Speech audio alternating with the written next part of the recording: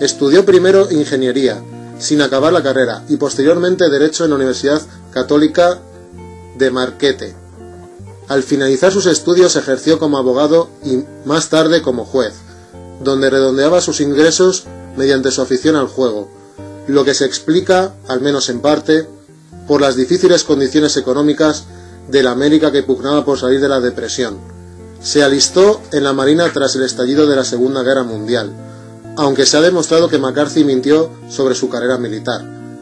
En ocasiones afirmó haberse alistado y comenzado su carrera desde soldado raso, pese a que, como hemos visto, su posición de juez le permitió una promoción automática al ingresar con los marines. Otro hecho anecdótico es que falsificó una carta de recomendación, aprovechando su acceso a todo tipo de documentos oficiales como oficial de inteligencia. También presentó un historial de 32 misiones de combate, para solicitar la apreciada condecoración Distinguished Flying Cross, cuando en realidad solo llevó a cabo 12. La condecoración, en efecto, le fue concedida más tarde. Tras su paso por la Marina, fue elegido senador por Wisconsin, en 1947, puesto en el que estuvo hasta 1957. En 1950, denunció públicamente la existencia de 205 infiltrados comunistas en la administración. Si bien no pudo demostrar ninguna de sus acusaciones, supo ganarse el favor popular, que rápidamente hizo suya la cruzada anticomunista. Desde la presidencia del Comité de Actividades Antiamericanas se dio inicio a la llamada caza de brujas y se dedicó a investigar a presuntos sospechosos de pertenecer al Partido Comunista. Gente de los medios de comunicación, del gobierno, militares y funcionarios fueron acusados por McCarthy como sospechosos de espionaje soviético o de simpatizantes del comunismo, mediante acusaciones sin demostrar, denuncias, interrogatorios, procesos irregulares y listas negras. Precisamente McCarthy constituyó el aspecto más controvertido sucedido durante los mandatos de Eisenhower, a través del Comité de Actividades Antiestadounidenses. El senador, aunque jamás logró obtener ninguna inculpación de ningún supuesto espía soviético infiltrado en la administración, sí que era considerado por muchos ciudadanos estadounidenses un obstáculo contra una presunta infiltración comunista. Eisenhower recibió el apoyo de McCarthy en la primera elección presidencial, en 1952. Sin embargo, si bien nunca se enfrentó frontalmente con él, sí que mantuvo ciertas distancias. Cuando McCarthy intentó una nueva caza de brujas en el Pentágono, los dirigentes del ejército de los Estados Unidos y el propio Eisenhower maniobraron hasta lograr que el Senado de los Estados Unidos aprobase un voto de censura contra el senador McCarthy en 1954, lo que quebró abruptamente el macartismo. Continuó otros 2 años en sus tareas de senador, pero sus colegas lo evitaban, y lo sucedido pesó como una losa en su ánimo y en su salud. Tras la reprobación, ya nunca fue el mismo. Hospitalizado por problemas de alcoholismo crónico, murió a los 48 años víctima de cirrosis y hepatitis. Este fenómeno desató una paranoia en el interior de Estados Unidos. El senador McCarthy acusó de comunistas a altos cargos del gobierno, que fueron destituidos. Las persecuciones afectaron también a intelectuales y artistas, siendo famosa la caza de brujas a importantes cineastas de Hollywood. Coincidiendo con el final de la Guerra de Corea, el senador fue destituido y las aguas volvieron a su cauce. Sobre el origen de la caza de brujas se pueden deducir 2 interpretaciones. En primer lugar, el macartismo y la identidad americana, y en segundo, el macartismo como arma política de los sectores conservadores. El primero es un fenómeno ligado intensamente a las peculiaridades históricas del país. Un país que es el resultado de varias etapas migratorias con la llegada de inmigrantes de muy diverso origen y que hacía peligrar los valores tradicionales de los blancos, anglosajones y protestantes fundadores de la nación. Este peligro de perder las señas de identidad nacionales generó en muchos sectores conservadores una paranoia para anular o minimizar los valores diferentes de los tradicionales de la sociedad americana. Como síntoma de integración en su nueva patria, muchos nuevos emigrantes se identificaron con esos valores conservadores. De esa manera, el macartismo tuvo 2 apoyos fundamentales, entre los sectores más conservadores y entre los emigrantes más recientes. Fueron estos 2 grupos sociales los que popularizaron de manera espontánea los principios del macartismo. La otra teoría refuta la anterior. El macartismo no actuó de manera espontánea, sino perfectamente encuadrado en el Partido Republicano. Aunque los medios de comunicación pusieran las ideas de McCarthy en contacto con amplias capas de la opinión pública, este actuó dentro de las instituciones existentes, contando casi hasta el final con el apoyo del Partido Republicano, que se sirvió de este sentimiento para auparse con la presidencia en 1952. Claramente, el objetivo de sus ataques fueron sobre todo los miembros o simpatizantes del Partido Demócrata. El final del movimiento se dio cuando el senador McCarthy apuntó contra los altos cargos militares o contra el mismo presidente. La caída se produjo también dentro de las instituciones. La revolución bolchevique suscitó verdadera ansiedad en Estados Unidos. Los socialistas y otros activistas políticos más extremistas fueron culpados de gran parte de la intranquilidad laboral en el periodo inmediato de la posguerra. A raíz de la colocación de una bomba que causó daños en la casa del fiscal del estado Palmer, se acrecentó la histeria del peligro rojo.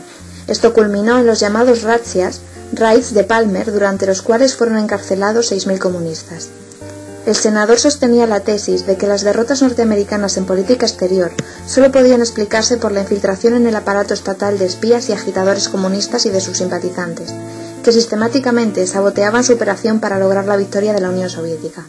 En consecuencia, el prerequisito de toda maniobra de política exterior era una dura cruzada contra la conspiración interna. La victoria republicana en las elecciones presidenciales y congresistas de 1952 llevó a McCarthy a la presidencia del poderoso Comité de Actividades Antiamericanas. Las políticas anticomunistas se habían pasado por alto, pues en 1950 se publicó un panfleto de denuncia llamado Red Channels, que contenía una lista de nombres de las personas del mundo artístico denunciadas como comunistas. Hacía referencia a la influencia comunista en la radio y la televisión, y no sería hasta 1952, con la publicación por el Congreso de una lista de 342 personas a las que debía negarse trabajo por considerarse antiamericanos, cuando el pueblo estadounidense estaría honestamente asustado por una posible subversión interna. Los líderes de este movimiento aprovecharon el temor y desataron una escalada de acusaciones. No se libraron ni las editoriales. Se dice que se retiraron de las bibliotecas miles de libros considerados subversivos, entre ellos las obras sobre Robin Hood, pues el macartismo veía en el mítico personaje inglés una fuente de inspiración para los comunistas, puesto que quitaba a los ricos para dárselo a los pobres. En octubre de 1953 comenzó a investigar supuestas infiltraciones comunistas en los círculos militares. McCarthy centró sus actividades en la persecución de funcionarios y miembros de las Fuerzas Armadas, hecho que provocó el rechazo del Partido Republicano y del mismo presidente Eisenhower. El acoso y la persecución no acabó ahí, llegando a otros campos como fue el caso del matrimonio Rosenberg. Julius y Ethel fueron acusados de pasar secretos atómicos a Rusia. Un fuerte despliegue policial controlaba la cárcel de Sing Sing, en Nueva York, aquel 19 de junio de 1953. Cerca de las 8 de la tarde, cuando el día empezaba a ceder, 4 agentes del FBI, en conexión telefónica con Washington, esperaban nerviosos en la antesala del pabellón de la muerte, con la esperanza de que Julius Rosenberg y su esposa Ethel, los denominados espías del átomo, ante su inevitable final, confesaron sus presuntas actividades para la Unión Soviética. Millares de manifestantes reclamaban el indulto para los 2 únicos estadounidenses sentenciados a muerte bajo la acusación de espionaje en tiempos de paz. Frente a ellos, separados por un cordón policial, grupos de patriotas llegados de todo el país, alentados por el fervor macartista, levantaban pancartas que rezaban: «Muerte a las ratas comunistas». Para Edgar Hoover, director del FBI, los Rosenberg habían cometido el crimen del siglo al proporcionar a la URSS las fórmulas para que desarrollase su propia bomba atómica, eliminando el monopolio norteamericano. Muchos años después se ha sabido que, aunque efectivamente pertenecían al Partido Comunista, los secretos transmitidos no tenían la trascendencia que pretendió el hermano de Ethel, David Greenglass, quien denunció a su familia para conseguir un trato favorable en las acusaciones que pesaban sobre él, y que en cualquier caso habría sido una actuación de la esposa, pero probablemente sin participación de Julius Rosenberg.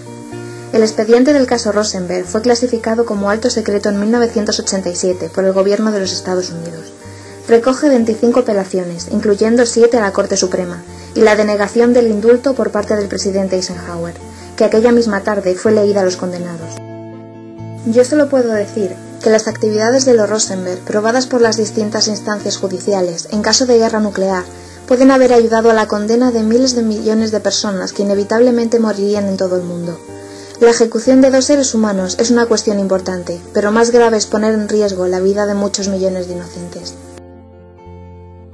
Pero no solo el matrimonio Rosenberg fue acusado a falta de pruebas. Los interrogatorios trucados se sucedieron, aplicándose ante cualquier denuncia la presunción de culpabilidad, siendo el acusado quien tenía que desmentir su pertenencia o simpatía por el Partido Comunista. Quienes reconocían su culpa podían lavarla delatando a sus camaradas. El clima de relación se extendió por algunos círculos culturales y tuvo su momento culminante en las audiencias de 1951. El récord fue batido por el guionista de cine Martin Berkeley, al denunciar 162 nombres de presuntos infiltrados en la industria cinematográfica. De esta forma se confeccionaron listas negras. La mirada y las acusaciones de McCarthy señalaron por primera vez a Hollywood con la publicación de la lista de los 10 de Hollywood. Este fue el nombre que la prensa utilizó para designar a un grupo de personas relacionadas con la industria cinematográfica estadounidense y que fueron incluidos en la lista negra de Hollywood durante el macartismo, acusados de obstrucción a las labores del Congreso de los Estados Unidos por negarse a declarar ante el Comité de Actividades Estadounidenses de John Parnell Thomas, destinado a investigar una supuesta infiltración comunista en las filas de Hollywood.